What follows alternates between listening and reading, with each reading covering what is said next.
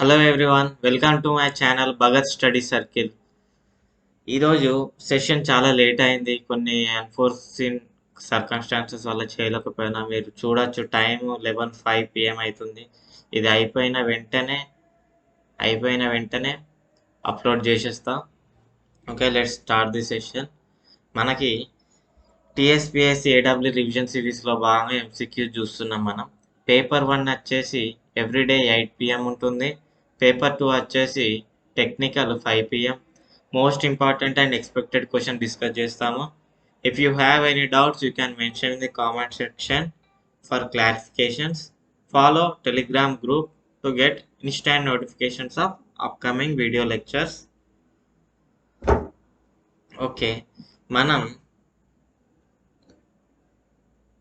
ఈ షెడ్యూల్ చూసినట్లయితే ఈరోజు మనకి సాయిల్ మెకానిక్స్ పార్ట్ 2 ఉంది. దీని కంటిన్యూషన్ రేపు కూడా ఉంటుంది ఎన్విరాన్మెంటల్తో పాటు.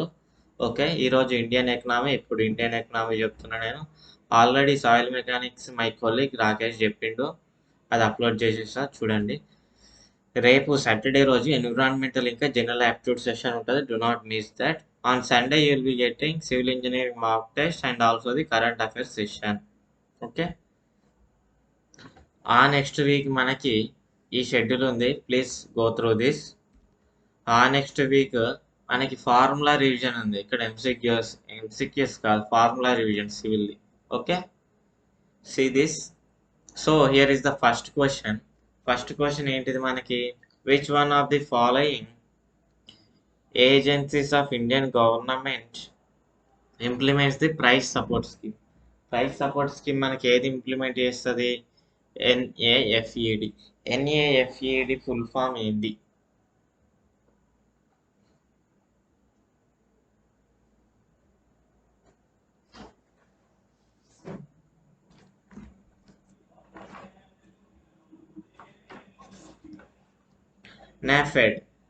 నాఫెడ్ ఫుల్ ఫామ్ వచ్చేసి మనకి National agricultural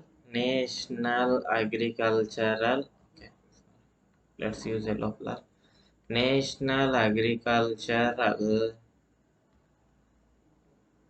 agricultural Cooperative marketing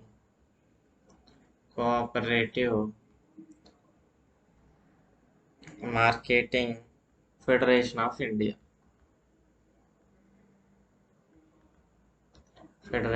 India. Okay, option 2 is the correct answer. ఏం ఇంప్లిమెంట్ చేస్తుంది? ప్రైస్ సపోర్ట్ స్కీమ్ ఒకటి సపోర్ట్. నెక్స్ట్ క్వశ్చన్ ఏంది? Who recommends the MSP and issue prices? మనకి ఎంఎస్పి అనేది సిఏసిపి, ఏంటిది? Commission for Agricultural Cost and Prices, ఇది వేస్తుంది. So option 3 is the correct answer. Next question, what is price discrimination? Price discrimination అంటే ఏంటిదంటే, suppose Warangal ఉంది. NIT Warangal దగ్గర ఒక ట్రెండ్స్ షాప్ ఉంది. ఇక ట్రెండ్స్ షాప్లో ఒక బ్రాండ్ కాస్ట్ వచ్చేసి 500 రూపీస్. ఇది మనకి 15% డిస్కౌంట్ వస్తుంది ఇక్కడ. ఓకే, ఆ బ్రాండ్ మీద ఇక్కడ 15% డిస్కౌంట్ వస్తుంది. ఇదే బ్రాండ్ షర్ట్ నాకు హైదరాబాద్లో ఈ ట్రెండ్స్లో కాకుండా వేరే షాపింగ్ మాల్లో నాకు 500 రూపీస్ ఉండి నాకు 17% డిస్కౌంట్ వస్తుంది. అంటే ఈ సేమ్ షర్ట్, సేమ్ ప్రోడక్ట్, కానీ డిఫరెంట్ కాస్ట్లు ఉన్నాయి. దీన్నే మనం ప్రైస్ డిస్క్రిమినేషన్ అంటాం. సో ఆప్షన్ చూసినట్లయితే 2 చూడండి. A situation where the same product is sold to different consumers for different prices. Okay, అది ఇక్కడ నేను కొంటా, మళ్ళీ నేనే హైదరాబాద్లో కొనలేను కదా, వేరేవానికి వేరే కాస్ట్ వస్తుంది. ఓకే, అలా కాకుండా సపోజ్ లైక్ మనం బేరాలు ఆడతాం. టమాటో కాస్ట్ 20 రూపీస్ ఉంది. మన స్టూడెంట్స్ వేయినాం అనుకో, వాళ్ళు 20 చెప్తే 20కి తీసుకుంటాం. మన పేరెంట్స్ వేయాలనుకో, అమ్మ 15 రూపీస్ కానీ 10 రూపీస్ కానీ అలా బేరాలు ఆడతారు. That is called price discrimination. Okay, let's move to the next question. Which one of the following terms is used in economics to denote a technique for avoiding risk by making a counteracting transaction? Avoiding risk అంటే ఇప్పుడు మనం full పైసలు ఉన్నాయనుకో ఒక దగ్గర, వాడు ఏం చేస్తాడంటే వాడు బాండ్స్లో పెట్టుకుంటాడు. గవర్నమెంట్ సెక్యూరిటీస్, అందులో గవర్నమెంట్ సెక్యూరిటీస్, ఓకే, స్టాక్స్, ఈ స్టాక్స్లో పెట్టుకుంటాడు పైసలన్నీ. ఓకే, ఏంటిది బ్లాక్ మనీ లా ఇవన్నీ కాకుండా, రిస్క్ కాకుండా ఏం చేస్తారంటే గవర్నమెంట్ సెక్యూరిటీస్ బాండ్స్లో పెట్టుకొని రిస్క్ లేకుండా చూసుకుంటాడు. దాన్నే హెడ్జింగ్ అంటారు. Okay, next question. The process of curing inflation by reducing money supply is called. ఇన్ఫ్లేషన్ని క్యూర్ చేయడం. ఇప్పుడు సపోజ్ ఇన్ఫ్లేషన్ 10% ఉంది అనుకో, దీని క్యూర్ అంటే ఏంటిది? 8%, 9%, 7%, అంతే కదా. ఇప్పుడు నా దగ్గర ఒక బుక్ ఉంది, 350 రూపీస్ ఒక టెక్స్ట్ బుక్ ఉంది. దీని కాస్ట్ రేపు 360 అవుతుంది, ఎల్లుండి 370, ఆల్ ఎల్లుండి 380 అవుతుంది. అంటే 10 రూపీస్ ఏమవుతుంది? ఇంక్రీజ్ అవుతుంది. ఈ 10 రూపీస్ ఇంక్రీజ్ అయ్యే బదులు 8 రూపీస్కి తెచ్చినాం అనుకో, దీన్నే మనం డిస్ఇన్ఫ్లేషన్ అంటాం. అంటే ఈ ఇన్ఫ్లేషన్ రేట్ని తగ్గించేదాన్ని disinflation rate. So option 3 is the correct answer. Let's move to the next question. Next question ఏంది? Consider the following statements. Inflation benefits the debtors, inflation benefits the bond holders, which of the following above are correct. ఇప్పుడు for example నన్నే తీసుకోండి. మా అమ్మ వాళ్ళు నా tuition fee కట్టడం కోసం ఏం చేసిళ్ళు? 50K అప్పు చేసిళ్ళు. ఓకే, 50K అప్పు చేసిళ్ళు. ఎక్కడ? మా ఊర్లో ఒక దగ్గర అప్పు చేసిళ్ళు. ఓకే, వాళ్ళు ఏం చేస్తారు? ఊరికనే ఒకరు కదా, బాండ్ తీసుకుంటారు. Okay, bond. మాకేం నమ్మకం మీరు మళ్ళీ పైసలు ఇస్తారా లేదా అని. సో వాళ్ళు బాండ్ తీసుకున్నారు. 50K నా ఫీజు కోసం వీళ్ళు బాండ్ ఇచ్చిళ్ళు. ఓకే, ఇదంతా అయిపోయింది. ఇప్పుడు ఏమైందంటే ఏంటిది? ఎకనామిక్స్లో ఇన్ఫ్లేషన్ అనేది పెరిగింది. ఇప్పుడు ఇన్ఫ్లేషన్ పెరిగింది. ఇన్ఫ్లేషన్ పెరిగిందంటే ఏంటిది? ప్రైస్, ఒక ప్రోడక్ట్ యొక్క కాస్ట్ పెరిగింది అన్నట్టు. ఇప్పుడు ఒక బైక్ ఉంది, దాని బైక్ కాస్ట్ ఒక 75K ఉంది. ఓకే, రేపు ఆ బైక్ కాస్ట్ ఇన్ఫ్లేషన్ పెరిగినాక 1 lakh అయింది. ఓకే, 1 lakh అయింది. ఓకే, ఇప్పుడు కానీ 50K మాత్రం బాండ్లో అంతే ఉంటుంది. ఎందుకంటే బాండ్ రాసుకుంది కదా, వాళ్ళు అప్పించిన వాళ్ళు బాండ్ అంతే ఉంది. సో ఇక్కడ ఎవరికి బెనిఫిట్ అయింది? మా daddy bike mechanic. Bike mechanic ఒక బండి 75K ఉన్నది రేపు ₹1,00,000 అయిందంటే ఆ ₹1,00,000 అమ్ముతాడు. దానిలో 25,000 ఇంకో 25,000 తీసుకొని అప్పు చేస్తాడు. కానీ ఇక్కడ 50K అనేది కాన్స్టెంట్ ఉంది కదా. సో ఇక్కడ ఏమైంది? ఎవరికి బెనిఫిట్? మాకు బెనిఫిట్ అయింది. అప్పు తీసుకున్న వాళ్ళకి బెనిఫిట్ అయింది. So inflation benefits the debtors, inflation benefits the bond హోల్డర్సా? బాండ్ హోల్డర్స్ అంటే ఎవరు? మాకు అప్పించిన వాళ్ళు. ఈ బాండ్ హోల్డర్స్కి ఏమైంది? They bought. Inflation benefits bond holders కాదు. So option 2 is the wrong answer. Only B is the correct answer. So next question. Match list 1 with list 2 and select the correct answer using the codes given below. మనకి deficit అడుగుతుండు. మనకి deficit అంటే ఏంటిది? తక్కువ ఉండడం అన్నట్టు. మొత్తం revenue అంటే నా దగ్గర 100 రూపీస్ ఉన్నాయి, 120 రూపీస్ ఖర్చు చేయాలి. అలాంటి డెఫిసిట్ ఎంత? 20 రూపీస్ కావాలి అన్నట్టు. ఇప్పుడు ఫిజికల్ డెఫిసిట్ అంటే ఏంటిది? Total expenditure over total receipts, అలాగే బారోయింగ్స్ కూడా కన్సిడర్ చేసి దాన్ని ఫిజికల్ డెఫిసిట్ అంటారు. బడ్జెట్ డెఫిసిట్ అంటే ఏంటిది? Total expenditure over total revenue. Okay, primary deficit వచ్చేసి ఇందులో బారోయింగ్స్ కన్సిడర్ చేస్తారు, ఇంట్రెస్ట్ పేమెంట్స్ కన్సిడర్ చేస్తారు. దాన్నే ప్రైమరీ డెఫిసిట్ అంటారు. ఓకే, ఇక్కడ ఏమైనా రెవెన్యూ డెఫిసిట్ ఉంది కదా, రెవెన్యూ డెఫిసిట్ అంటే రెవెన్యూ రిసీట్స్. సో ఏ వచ్చేసి 3, బి వచ్చేసి 1, సి వచ్చేసి 2, డి వచ్చేసి 4. 3, 1, 2, 4. Option A is the correct answer. Next question. Which of the following should be considered as Pigouvian taxation? Pigouvian అంటే ఏంటిది? Negative impact. ఏదైనా నెగటివ్ ఇంపాక్ట్ వస్తుందో దాన్ని ఏదైనా నెగటివ్ ఇంపాక్ట్ వస్తుందో దాని మీద వేసే ట్యాక్సే పిగ్యూవియన్ ట్యాక్స్. ఇక్కడ పిగ్యూవియన్ ట్యాక్స్ ఎక్కడ ఉంది చూడండి. First example, consumption of cigarette తాగితే ఏమవుతుంది? అది నెగటివ్ ఇంపాక్ట్ కదా. సో దీని మీద ట్యాక్స్ వేస్తారు ఎక్కువ. Research for new technologies. ఏదైనా రీసెర్చ్ వర్క్ చేస్తుంటే మనకి ఏమైనా ట్యాక్స్లు ఇస్తారు, వేయరు. ఇంకా గవర్నమెంట్ వాళ్ళు పైసలు ఎక్కువ ఇస్తారు వర్క్ కోసం. బర్నింగ్ ఆఫ్ ఫాజిల్ ఫ్యూయల్స్ దీని మీద ఇస్తారు. Restoration of lost cultural heritage వేయరు. So 1 and 3 are correct. Option A 1 and 3. Next question, indicate the sequence of the following in terms of implementation.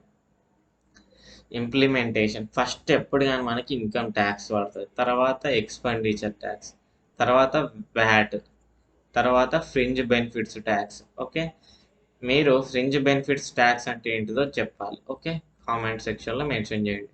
Fringe benefits tax అంటే ఏంటి. ఇక్కడ ఏంది, ఫస్ట్ది income. Okay, line ఉన్నాయి కదా, 1 2 3 4. Option B is the correct answer. First income tax ఇస్తారు, తర్వాత expenditure tax, next VAT, తర్వాత fringe benefit tax. Fringe benefit tax అంటే ఏంటిదో మీరు కామెంట్ సెక్షన్లో మెన్షన్ చేయండి. Next question, when the RBI wants to inject liquidity into economy, it may adopt the following.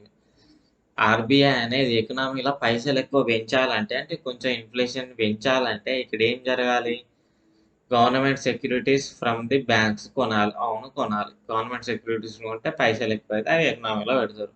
Enter into reverse repo operations.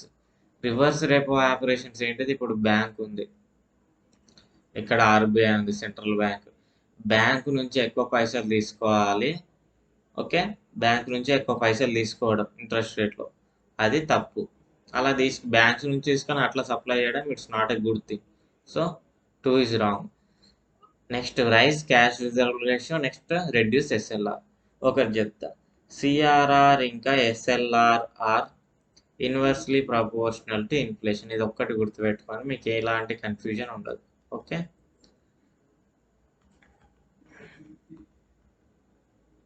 CRR cash reserve ratio ఇంకా statutory liquidity ratio, ఇవి inversely proportional to inflation. ఇప్పుడు inject the liquidity అంటే ఏంటిది, ఇన్ఫ్లేషన్ని పెంచడం, అంటే పైసల్ని ఇయ్యడం అన్నట్టు. Raise the cash reserve ratio, సిఆర్ఆర్ని పెంచితే ఏమవుతుంది, ఈ లిక్విడిటీ తగ్గుతుంది, అంటే ఇది కాదు. నెక్స్ట్ రెడ్యూస్ ఎస్ఎల్ఆర్, ఎస్ఎల్ఆర్ని తక్కువ చేస్తే ఇన్ఫ్లేషన్ పెరుగుతుంది. ఇన్ఫ్లేషన్ పెరుగుడు అంటే ఏంటిది, మనీని ఇంజెక్ట్ చేస్తున్నట్టే కదా. So option 4 is the correct answer. Here 1 and 4, option B is the correct answer. Next question, NABARD was established in the year.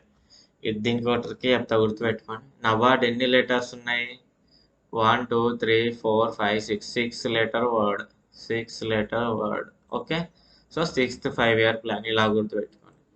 Next, and increase in CRR by the Reserve Bank of India results in. ఇప్పుడే చెప్పిన CRR SLR are inversely proportional to the inflation. ఇప్పుడు సిఆర్ఆర్ని increase చేస్తే ఏమవుతుంది, inflation తగ్గుద్ది. Inflation తగ్గుడు అంటే ఏంటిది, reduction in liquidity. ఇంత ఉంది విషయం కదా. సో ఆప్షన్ బిలో ఉంది, option B is the correct answer. Next question, which of the following institutions is the umbrella organisation for all retail payment systems. ఇది అందరికి తెలిసిందే. రిటైల్ పేమెంట్స్ అంటే ఎన్పిసిఐ. ఎన్పిసిఐ ఏంది, National Payments Corporation of India. National Payments Corporation of India. Okay, National Payments Corporation of India. Option D is the correct answer. Okay, let's move to the next question. Personal disposable income. Personal disposable income అంటే ఏం లేదు, personal income minus direct taxes. మన పైన direct పడే taxes ఉంటాయి చూడు, అవి మన ఇన్కమ్ నుంచి తీసేస్తే అదే personal disposable income. Let's see this question. ఈ క్వశ్చన్లో ఏం అడుగుతుండు, why is demographic dividend is likely to be manifested in India in future అంటుంది. ఫస్ట్ మనకి డెమోగ్రాఫిక్ డివిడెంట్ అంటే ఏంటి, 15 to 64 ఏజ్ గ్రూపే కదా. 15 to 64 ఏజ్ గ్రూప్ ఇక్కడ ఏది ఉంది, సి ఒకటి ఉంది. Option C is the correct answer. ఏంటి రీజన్ ఏంటిది అడుగుతుండు, population in the age group of 15 to 64 is likely to increase. Next question, from which one of the following enshrined in the Constitution the planning of India derives its objectives and social promises? Objectives and social promises అంటే మనకి ఎప్పుడు DPSP గుర్తు రావాలి. DPSP, directive principles of state policy. Option C is the correct answer. Next question, The theme of the approach paper of the 11th 5-year plan మనకి ఏం కావాలి? గుర్తు కావాలి. టువర్డ్స్ ఇంక్లూజివ్ గ్రోత్ అని గుర్తు రావాలి. Okay, so option C is the correct answer. Next question, which one of the following years has the highest GDP? Highest GDP మనకి ఏ 5-year ప్లాన్లో ఉంది? 8th 5-year ప్లాన్లో మనకి హైయెస్ట్ జీడిపి ఉంటుంది. అగ్రికల్చర్ సెక్టార్లో highest GDP. Option is the correct answer. Next question, match the following. List 1 ఏమి ఇచ్చిండు? 5-year plans. List 2 emphasis దాని డిస్క్రిప్షన్ ఏం జరిగింది? ఫస్ట్ వచ్చేసి మనకి agricultural development, second heavy industries, fifth మనకి ఏంటిది? ఫిఫ్త్ అనేది పావర్టీ గురించి, నైన్త్ విమెన్ ఎంపవర్మెంట్. సో ఏ అనేది 3, బి అనేది ఏంటిది? B second 2, C 4, D 1. 3 to 4 1. Option C is the correct answer.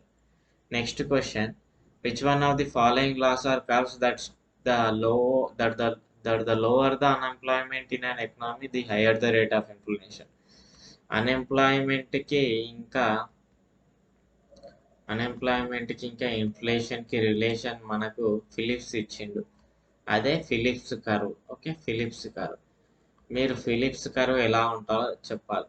ఇలా ఉంటుందా, లైక్ డౌన్వర్డ్ కర్వా, అప్వర్డ్ కర్వా? You can mention in the comment section. Here option D is the correct answer. Okay, thank you guys, thank you for watching. Please subscribe చేసుకోండి. ఇప్పుడు time ఎంత అవుతుందో తెలుసా? నియర్లీ 12 అవుతుంది నైట్. సో ఈరోజు కొన్ని కారణాల వల్ల వీడియో 5 PM ఇంకా 8 PM రాలేకపోయింది. Sorry for that guys. మళ్ళీ రేపు 2 PPTs తయారు చేయాల్సి ఉంటుంది. మీరు కొంచెం సపోర్ట్ చేస్తారని కోరుకుంటున్నా. కొత్త వారు ఎవరైనా ఉంటే ప్లీజ్ దయచేసి సబ్స్క్రైబ్ చేయండి. We're putting a lot of efforts here. Thank you guys.